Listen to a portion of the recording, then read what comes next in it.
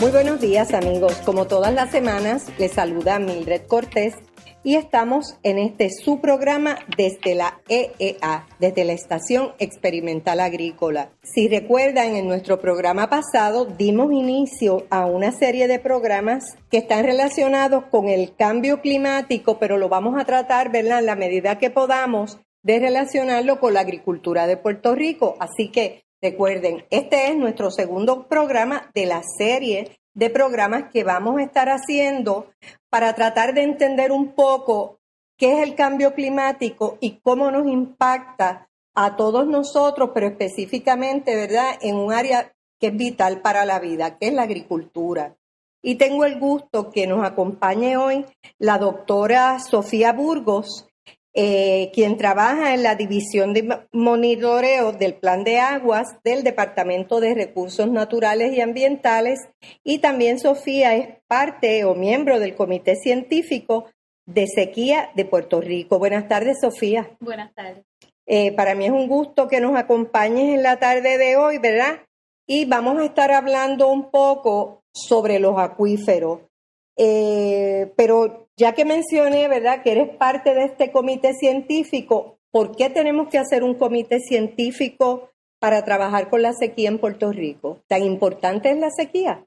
Pues claro que sí. Previamente habíamos tenido experiencias de sequía en Puerto Rico y esas situaciones que se dieron durante estos periodos no quedaron registradas, no quedaron evidenciadas de cuáles fueron esos cambios que estuvieron ocurriendo, qué pasó en la naturaleza, qué pasó con los caudales de los ríos, qué pasó con la agricultura, cómo se afectó la sociedad. Sí tenemos evidencia de los informes que daban las diferentes agencias, pero no quedó documentado. Sí tenemos evidencia de las diferentes situaciones que se dieron durante la sequía, por ejemplo, del 94, pero no quedó un documento fijo que estableciera cuáles eran los pasos a seguir por el gobierno para poder tomar las mejores decisiones para manejar la sequía. Ok, estamos hablando como que no, de esa sequía, de esas experiencias, no hubo un protocolo que resultó de lo que pasamos para atender la futura, ¿verdad? Porque sabemos que van a volver a suceder. Correcto. Entonces, pues ya este comité científico de sequía, cuando se empiezan a observar que las condiciones hidrológicas en los ríos empiezan a cambiar, que empiezan los caudales a reducirse de forma drástica, entonces surge la necesidad de tomar acción, ¿verdad? ¿Qué vamos a hacer? ¿Qué medidas tenemos que tomar? Ahí es que entonces se empieza a montar este comité científico de sequía. Y ahí se invitan entonces personal de diferentes agencias y se monta este comité interagencial, pero no se queda solamente a nivel de las agencias de gobierno, sino que también se le da oportunidad para que los profesores e investigadores de diferentes universidades puedan ser partícipes, ya que ellos están haciendo investigación constante en el tema que tiene que ver con cambio climático, pues que ellos también nos den su aporte de conocimiento para que nosotros pues podamos tomar las decisiones y medidas de una forma pues bien informada. Sí, cuando mencionamos, ¿verdad?, que a partir de la experiencia de las sequías previas no se estableció un protocolo, unas acciones a seguir, se me viene a la mente la pregunta, ¿se recupera un cuerpo de agua totalmente después de una sequía severa? Bueno, después de esa sequía que tuvimos en el 94, los caudales eventualmente se recuperaron, los ríos sí volvieron a sus condiciones normales. Okay. Cuando nosotros miramos ese registro hidrológico en el tiempo, sí podemos ver que durante la sequía del 94 los caudales se redujeron drásticamente, pero ya luego que la sequía termina, empiezan a recuperarse poco a poco, pero sí se recuperaron. Okay. Eso es una tranquilidad también, ¿verdad? Saber que después, no importa la crisis, lo severa que sea, cabe la posibilidad de que esos cuerpos de agua vuelvan a su estado natural. La preocupación está en cuanto al cambio climático, ¿verdad? Cómo estos cambios pueden ser frecuentes cada vez más a medida que siga pasando el tiempo. lo que se espera es que tengamos un futuro donde las condiciones, que la precipitación se reduzca drásticamente y eso va a causar que estos caudales de los ríos que se alimentan por las escorrentías continúen disminuyendo. Y es posible que en un futuro, quizás no muy lejano, no sabemos, los caudales de los ríos empiecen a recuperarse, pero quizás le tome más tiempo que lo que había tomado previamente. Muy bien, me parece bien importante, ¿verdad? Porque ante todo eso hay que tomar medidas.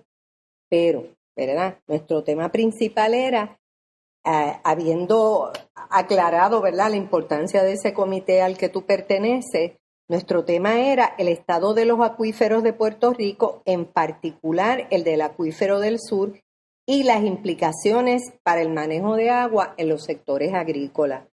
Y yo te pregunto primero que nada, ¿verdad?, para las personas que nos están escuchando y que este asunto de los acuíferos no le es tan natural, ¿verdad?, tan común. Te pregunto, ¿qué son los acuíferos y cuáles son los acuíferos de Puerto Rico? ¿Dónde están ubicados? Pues un acuífero es una formación geológica saturada con agua, cuyo volumen y permeabilidad son suficientes para sostener la extracción de un caudal significativo de agua dulce. En Puerto Rico tenemos 4 acuíferos principales. Tenemos los acuíferos de la costa norte. Esto se extiende del área de Luquillo hasta Aguadilla. Tenemos los acuíferos aluviales, que se encuentran en las planicies inundables de algunos valles interiores, como son los de Calley, Caguas y Sidra. También se pueden encontrar algunos en la costa sur.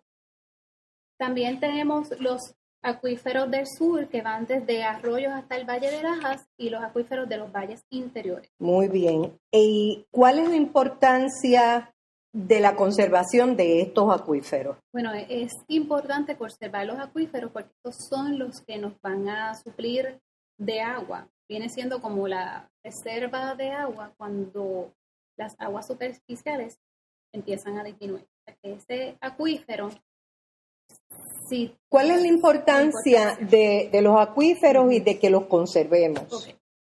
La importancia de estos acuíferos y que los conservemos, estos acuíferos nos proveen de agua dulce.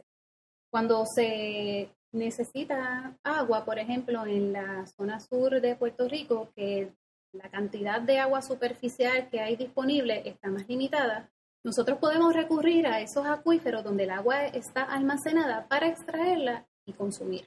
Porque quiere decir que nosotros en condiciones normales vamos a estar utilizando para el consumo agrícola, para el consumo humano, vamos a estar utilizando las aguas superficiales. La de los acuíferos la estamos usando cuando hay un evento especial, ¿verdad? Y la tenemos como reserva. Ese es el uso de los acuíferos. Ese es el uso, pero depende del lugar, porque en algunos lugares donde no hay agua superficial disponible, pues entonces la que va a estar disponible es la del acuífero.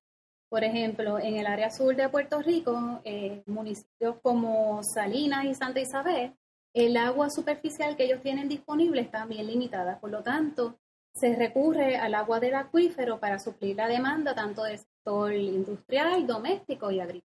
Eso es uso común porque ahora que tú mencionas Salinas, ¿verdad? Hasta hace poco, por ejemplo, en las noticias estaba saliendo que mientras en la zona metropolitana y en otros lugares del país ya sus abastos de agua superficial de los lagos, ¿verdad?, estaban en su nivel normal y estábamos usando estas aguas, todavía Salinas estaba sufriendo de un racionamiento. Ese es el caso, ¿verdad?, la particularidad, y ellos regularmente utilizan el agua del acuífero. Sí, sí. En estos municipios como Salinas y Santa Isabel, ellos constantemente están recurriendo al agua del acuífero. Y entonces en esta zona los acuíferos pues han ido disminuyendo en los últimos años debido a los cambios en las prácticas agrícolas. Hace varios años atrás, como para la década de los 70, la práctica de agricultura principal era la siembra de caña y esta se realizaba por riego, por inundación. Esto ayudaba a que se recargara el acuífero, o sea que el agua que se extraía, agua que llegaba por las prácticas de inundación. Ya cuando se abandona este tipo de agricultura, la recarga que ocurre es menos, pero estamos extrayendo más. Y los niveles entonces empiezan a reducir. Y ahí es que entonces tenemos que empezar a tomar a tomar acción. Y esto se agravó aún más durante el periodo de sequía porque no estaba ocurriendo tampoco recarga asociada con la lluvia. O sea que podemos decir que la reserva de esa zona de Salinas es menor que la reserva de cualquiera de las otras áreas de Puerto Rico donde no se usan los acuíferos a menos que haya un evento de sequía. Estoy en lo correcto, estoy interpretándolo bien, porque si los acuíferos, tú me estás explicando que los acuíferos son una especie de reserva y mientras podamos utilizar las aguas superficiales las utilizamos, pues esta reserva de agua queda ahí. Sin embargo, en Salinas, donde no tienen tantas aguas superficiales, pues entonces esta zona ellos están haciendo uso del acuífero continuamente. Correcto. Quiere decir que su reserva es menor, ¿verdad? A menos que el caudal sea tanto que se vaya recuperando inmediatamente. Pues lamentablemente, pues como sabemos, el área sur pues es un área que tiende a ser bastante seca, por lo que la recarga es mucho menor. Y pues una de las decisiones que se tomó durante el evento de sequía, precisamente para evitar esa explotación del acuífero, fue que se redujeran las extracciones de agua. Pues ya que los niveles del acuífero estaban bajando drásticamente y esta es la única fuente de agua, no la única, pero es la fuente de agua principal, pues tenemos que administrarla de una forma apropiada. Entonces se creó la orden ejecutiva para controlar y reducir las extracciones en esta zona. Ok, ahí es que surge entonces este racionamiento como extendido de Salinas, que no compara con ninguna otra zona de Puerto Rico en ese periodo, Sí, fue ¿verdad? un racionamiento extendido, pero tampoco fue tan dramático como el que por lo menos pasamos nosotros en el área metropolitana, porque el racionamiento de ellos fue de 4 horas. No, mientras que nosotros acá pasamos días, sí. Exacto, y lo tuvimos como 4 meses o algo así. Uh-huh. Sí. ¿Y cuánta cantidad de lluvia pueden recoger los acuíferos, por ejemplo, si lo comparamos con los lagos en Puerto Rico? Pues la verdad es que no se puede determinar cuánta cantidad de agua recoge un acuífero. Sí se tienen unos estimados, pero sí sabemos que en Puerto Rico caen alrededor de 70 pulgadas de lluvia. De esas 70 pulgadas de lluvia, 2 pulgadas entran por medio de recarga al acuífero. De estas 2 pulgadas, 1 pulgada es lo que se debe estar extrayendo por pozos y 1 pulgada llega hasta la zona de los océanos, hasta la zona del mar, por agua subterránea. Okay. Esto es realizando pues un balance de agua para Puerto Rico. Esos son los números que nos dan, pero poder decir cuánta cantidad de lluvia recogen y almacenan los acuíferos en Puerto Rico es difícil determinar, porque en términos de un acuífero sí conocemos cuál es su extensión. Conocemos la profundidad de agua que pueden tener, pero no conocemos cuán homogéneo o heterogéneo pueden ser las formaciones geológicas que hay en esa zona. Y eso hace que sea difícil poder tener un estimado exacto de preciso, cuánta agua seguro. Eso sí lo podemos hacer para, por ejemplo, un embalse. En un embalse podemos realizar un estudio batimétrico y podemos saber las diferentes profundidades y por medio de ecuaciones y cálculos podemos estimar cuánta agua hay. Pero de un acuífero, pues, es algo que es bien difícil. Y no tenemos suficiente información como para poder decir hay un dato tanta específico, agua sí. en el acuífero. Y entonces, pero podemos, no hablando específicamente de los acuíferos, pero de la proporción de agua disponible que hay en una zona, ¿podríamos determinar, se podría estimar qué proporción corresponde a la agricultura, qué proporción corresponde a usos industriales, como mencionaste ahorita, y otro a usos domésticos? ¿Eso sí lo podemos estimar? Sí, podemos estimar cuánto ha sido el uso de agua de los acuíferos. Por ejemplo, aproximadamente un 70% del agua que se extrae de los acuíferos es utilizada para el uso doméstico, aproximadamente un 5% es para el uso industrial y un 25% pues va destinada para el uso agrícola. Y sobre el acuífero del sur, ¿verdad? Que es el acuífero que es más crítico, inclusive hay un proyecto, ¿no?, en el que se trabaja para hacer análisis sobre ese acuífero. Sí, en el acuífero del sur, se extiende desde la zona que va desde el arroyo hasta el valle de Lajas. Tiene una extensión de aproximadamente 596 kilómetros cuadrados de área. Y entonces se están realizando diferentes investigaciones en el acuífero del sur, particularmente por el Servicio Geológico. Ellos han estado realizando investigaciones para poder entender mejor cómo es que funciona este acuífero, cuál es la dinámica, poder tener una idea de los niveles de agua en el acuífero, en qué calidad se encuentra esta agua, si es apropiada para consumo o no. Yo sé que hay un proyecto relacionado con el acuífero del sur por la importancia que tiene. ¿Qué datos importantes ustedes obtienen, ¿verdad?, como resultado de esa investigación? El Servicio Geológico Federal ha estado realizando diferentes investigaciones en esta zona para determinar la calidad de las aguas en esta región. Se ha estado determinando, pues, en qué zonas están presentes diferentes sólidos disueltos que puedan estar comprometiendo la calidad del agua. Porque, pues, sabemos que una vez esta agua se saliniza, ya no es potable y no se puede utilizar, por ejemplo, para la agricultura, para el consumo humano. Esa agua, pues, ya no estaría disponible. Se están haciendo estimados de los niveles del agua y todo esto, pues, para que podamos tomar decisiones informadas y acertadas con respecto al uso y manejo más adecuado del acuífero del sur, para que entonces no solamente nos beneficiemos nosotros, sino que también generaciones futuras puedan aprovechar este recurso. Seguro. Con esa información que me estás dando, se me ocurre pensar que ya ustedes tienen establecido dónde es el estado óptimo del acuífero, cuál es el estado óptimo. ¿Podemos hablar un poquito de eso? ¿Cómo ustedes determinan cuál es el estado óptimo? Si es una variable, ¿verdad?, que ustedes consideran importante. Bueno, un acuífero de estado óptimo sería aquel que no es utilizado, que se deja tal y como está. O si se va a utilizar, pues que su uso no exceda la recarga.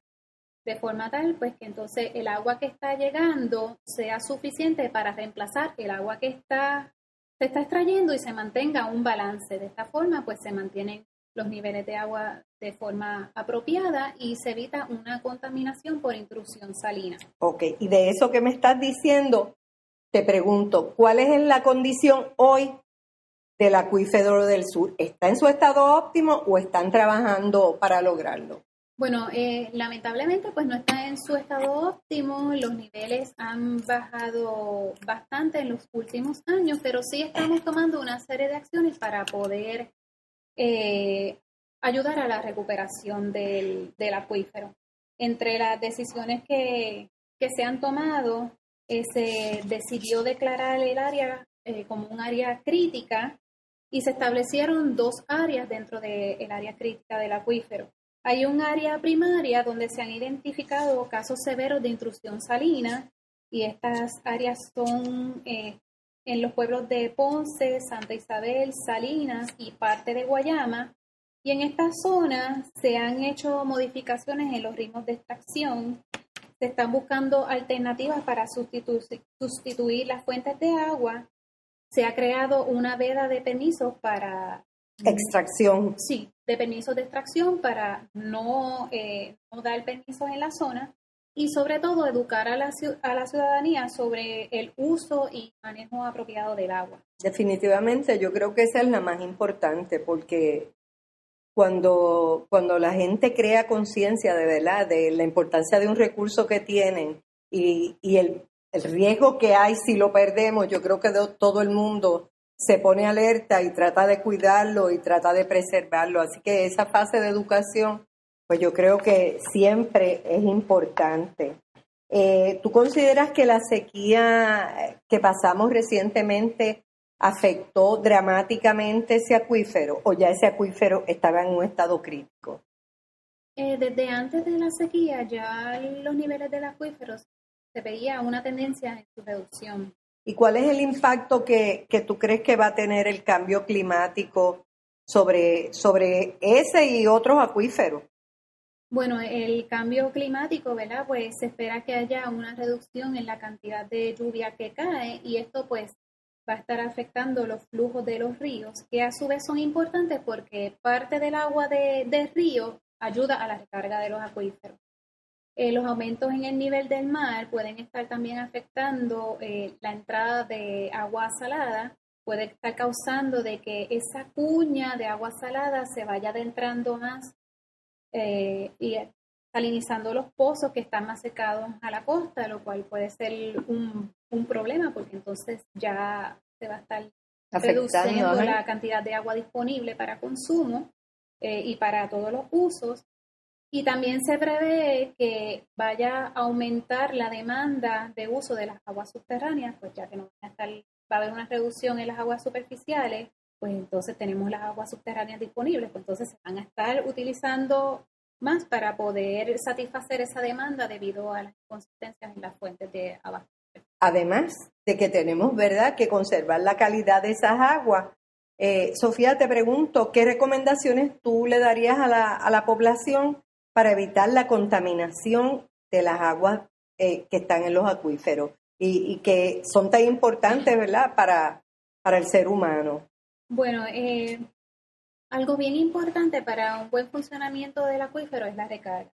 Así que tenemos que reducir las construcciones en las zonas de recarga para que estas zonas estén disponibles para cuando ocurran los eventos de lluvia, esa agua pueda infiltrarse y alimentar el acuífero. Es también importante reducir las extracciones para que se extraiga solamente la cantidad de agua que se necesita y no más de lo necesario. Debemos evitar ese aumento de la cuña de agua salada y los conos de depresión que se han observado en el acuífero que sigan disminuyendo o aumentando, quiero decir, drásticamente.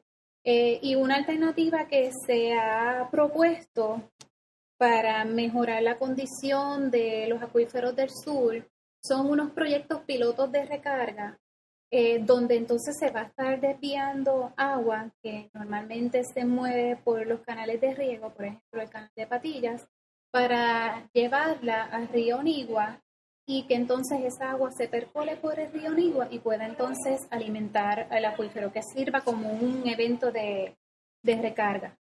Y te pregunto, este desvío de esos canales, ¿no afecta a la agricultura? ¿No afecta el sector agrícola? ¿Esa no es agua que utilizan el sector agrícola para sus plantaciones? No se estaría afectando el sector agrícola porque lo que estamos proponiendo es utilizar agua que sería el agua sobrante del embalse Patilla. No se estaría utilizando agua destinada para los otros usos. El agua que ya está comprometida para los otros usos va a estar disponible, va a ser el agua sobrante. Muy bien, muy bien. Yo creo que eso es bien importante, ¿verdad? Aclararla, que no es que vamos a estar afectando un sector por el otro, porque, por ejemplo, precisamente en esa zona es la zona de mayor producción en Puerto Rico de productos hortícolas. De hecho, a esa zona de allá, Salinas, Santa Isabel, Juana Díaz, todo eso, se le llama el huerto de Puerto Rico porque se producen la mayor parte de las hortalizas que consumimos producidas localmente. Correcto, y teniendo esto en cuenta, ¿verdad? Y siempre presente es que se tomó la decisión de que si queremos agua para esos cultivos y esas hortalizas y la estamos utilizando del acuífero, pues tenemos que mantener ese acuífero de forma saludable para que entonces pueda haber agua disponible.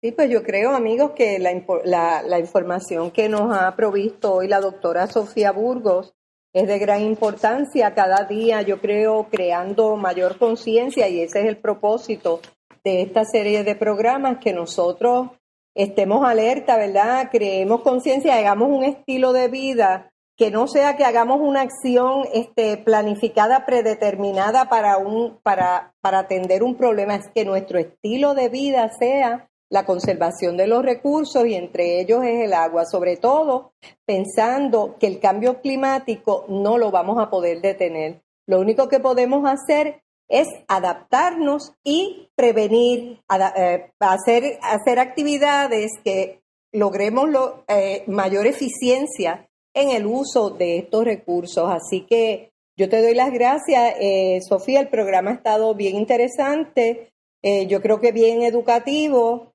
y esperemos, ¿verdad?, que nosotros podamos, futuras generaciones, como mencionaste ahorita, no hoy, porque hoy probablemente tengamos, es para las futuras generaciones poder disfrutar de los recursos que son indispensables para la vida. Así que les deseo mucho éxito en esos proyectos que están haciendo en el Departamento de Recursos Naturales y Ambientales, y nuestro programa está aquí siempre disponible. Cuando ustedes quieran compartir alguna iniciativa o algún resultado importante, pues nosotros estamos aquí para ustedes. Muy bien, muchísimas gracias por la invitación. Para mí es un placer, amigos, y ustedes recuerden, les esperamos en otro programa bien interesante sobre el cambio climático, pero vamos a estar tratando de atarlos a la agricultura, que es lo que nos da vida, ¿verdad? Los alimentos, y cada día queremos lograr ser más autosuficientes en la producción de alimentos para la población de nuestro país. Buenas tardes, recuerden que los espero, y si quieren hacer alguna sugerencia sobre algún tema, recuerden que pueden comunicarse al correo electrónico del director de la biblioteca, que también es nuestro productor, luis.mendez4@upr.edu. También pueden comunicarse con nosotros a biblioteca.eea.uprm.edu. Que tengan lindo día. Participa, únete a la conversación y aporta ideas sobre cómo crear resiliencia al cambio climático en el sector agrícola y forestal del Caribe. Escríbenos a caribbeanclimatehub@gmail.com. Esta serie de entrevistas es parte de los esfuerzos de divulgación científica del Centro Climático del Caribe, realizados en colaboración con la Biblioteca de la Estación Experimental Agrícola. Para más información sobre el centro, visita caribbeanclimatehub.org y encuéntranos en Facebook, Twitter y en YouTube. Gracias.